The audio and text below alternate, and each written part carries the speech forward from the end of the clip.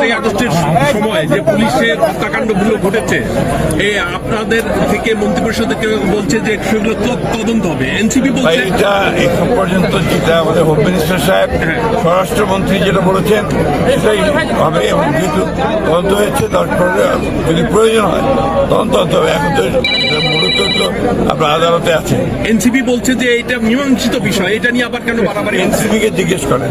আসসালামু আলাইকুম দর্শক বন্ধুরা, পুলিশ গণহত্যার দায়ে মানে আমরা যে বিচারের সকলে মিলে দাবি জানিয়েছি, এটার তীব্রতা দেখে আপনার বিএনপি সরকার তারা হাই কমান্ড থেকে সিদ্ধান্ত নিয়েছে পুনরায় এটাকে তদন্ত করা হবে।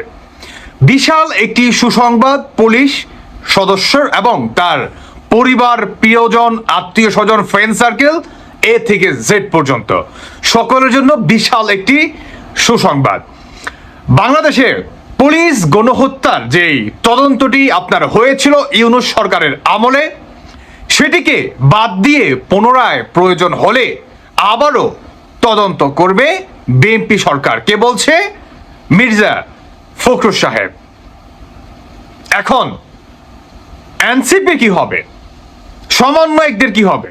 হাসনাত আব্দুল্লাহ তিনি এমপি হয়েছে, নাহিদ ইসলাম, তারপর হচ্ছে আক্তার, আর অনেকেই, এদের তাহলে কি হবে? তাদের কি এমপির সেই পদটা থাকবে কিংবা থাকবে না? কি মনে হয় আপনাদের? 7.62 বুলেট দ্বারায় 5ই আগস্টে যে নাকি সবচেয়ে বেশি পরিমাণ মানুষকে মারা হয়েছিল, ব্রিগেডিয়ার সাখাওয়াতের কথা বলছি আমি, উনি তো বলেছিল সিভিলিয়ানদের কেউ এই গণহত্যার সাথে বিশেষভাবে জড়িত। এটা ভালোভাবে তদন্ত করলে জানা যাবে। যখন তিনি এই কথা বলে তখন তার পদ থেকে তাকে সরিয়ে দেয়। কে দেয়? ডক্টর ইউনূস সরকার, যাতে তলের বিড়াল বের হয়ে না আসে, তাই তো? অথচ এই 20 মাস পরে এসে ব্রিগেডিয়ার সাখাওয়াত উনি কিন্তু ঠিকই তার মুখ থেকে সেই কথাটি বের করতে পারছে, একদম আপনার কি বলে মানে তার জীবনের নিরাপত্তার কথা চিন্তা করে এই থেকে জেড পর্যন্ত, যখন নাকি বিএনপি সরকার সম্পূর্ণ কিছু তার জীবনের নিরাপত্তা থেকে শুরু করে সবকিছু নিশ্চয়তা করেছে, তখন এসে ব্রিগেডিয়ার সাখাওয়াত বলছে 7.62 এই বুলেট দ্বারায় মানুষ সবচেয়ে বেশি হত্যা হয়েছে। চলুন ভিডিওটা দেখে আসি। How this 7.62 Chinese rifle used by civil cloth এর পিছনের ব্যাকগ্রাউন্ডটা কেউ আমাকে জিজ্ঞেস করেনি। আমার কাছে এমনও ছবি আছে যে সন্দেহজনক যেটা কারা, এদের চেহারা, এদের মানে গঠন আমাদের মতো না, মনে হচ্ছিল যে আমি তো বহিরাগত শব্দটা ব্যবহার করেছি। স্নাইপার, আমাদের দেশে স্নাইপার আছে, পুলিশেরও আছে, সেনাবাহিনীতে সবই আছে, কিন্তু এত অহরহ এইরকম ট্রেন স্নাইপার কয়েকজনকে তো আমরা দেখলাম হেলিকপ্টারে উঠানো হয়েছিল, তাদের চেহারা গঠন তো আমাদের মতো না। তার মানে কি বলছেন যে এটা বাইরে থেকে আসছে, দেশের বাইরে কেউ? তদন্ত না করতে বলা যাবে না, আমি তো তদন্ত করতে চেয়েছিলাম এগুলো।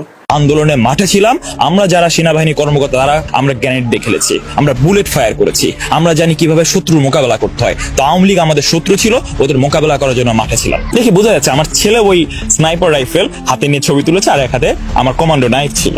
স্নাইপার রাইফেল হাতে নিয়ে ছবি তুলেছে, আর এক হাতে আমার কমান্ডো নাইফ ছিল, আর এক হাতে আমার কমান্ডো নাইফ ছিল। জেড জেনারেশন এত সচেতন, ওই জিনিসটা কিন্তু তারা খাবে না।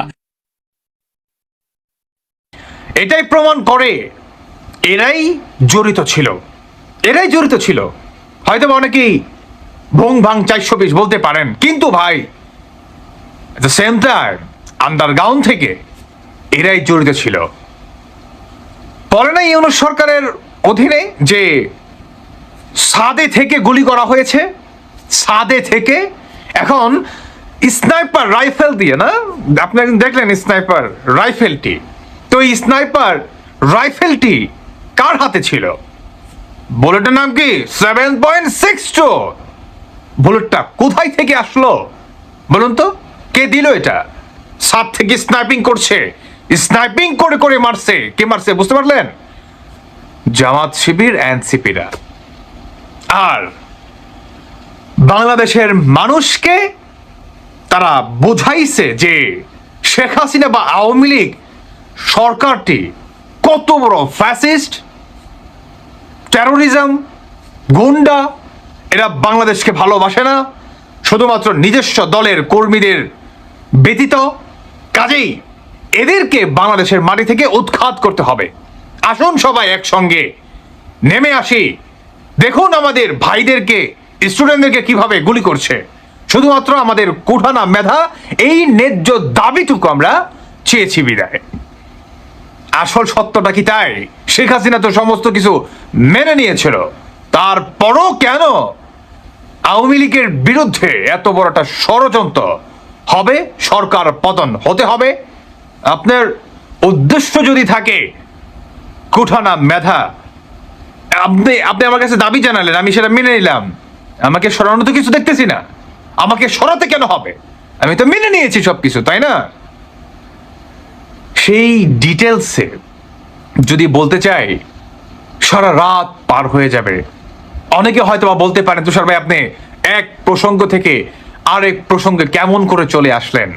ভাই আমি এমন করে চলে আসিনি, এটা হচ্ছে কথার একটা সূত্র, যেটি না বললে আপনারা হয়তো বা বুঝতে কিঞ্চিত পরিমাণ সমস্যা হতে পারে, তাই এক্সপ্লেন করলাম। প্রয়োজন আছে, ছিল, থাকবে, যতদিন না পর্যন্ত পুলিশ গণহত্যার পুনরায় বিচার না করা হবে। তবে মির্জা ফখরুল সাহেবকে মনের অন্তঃস্থল থেকে ধন্যবাদ জানাচ্ছি যে উনি পুলিশের পরিবারের সাথে দাঁড়িয়েছে। পুলিশ গণহত্যার বিচার পুনরায় বাংলাদেশে তদন্ত করা হবে।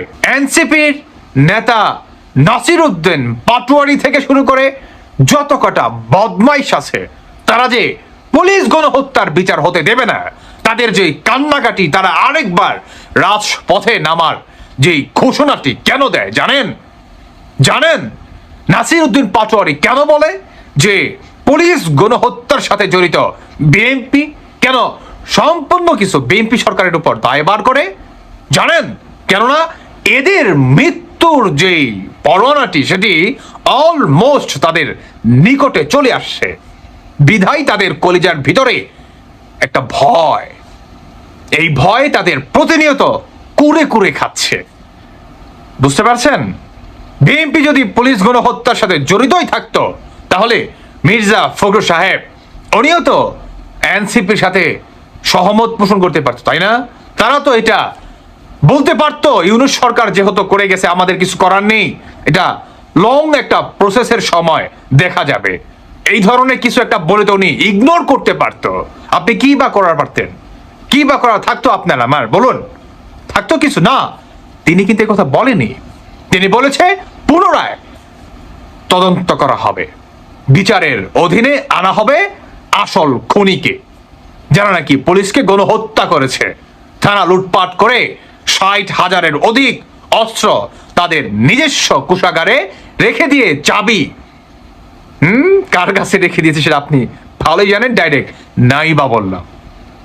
দর্শক বন্ধুরা, পুলিশ গণহত্যার বিচারের তীব্র দাবি জানাতে হবে একত্রে, যাতে কিঞ্চিত পরিমাণ এটার ফাঁক বিএনপি সরকার না রাখতে পারে, সেই স্কুপটা যাতে না পায়। আপনারা কি মনে করছেন? বাকিটা আপনাদের ব্যক্তিগত মতামত অবশ্যই জানিয়ে যাবেন। ভালো থাকুন সবাই। আল্লাহ হাফেজ, আসসালামু আলাইকুম।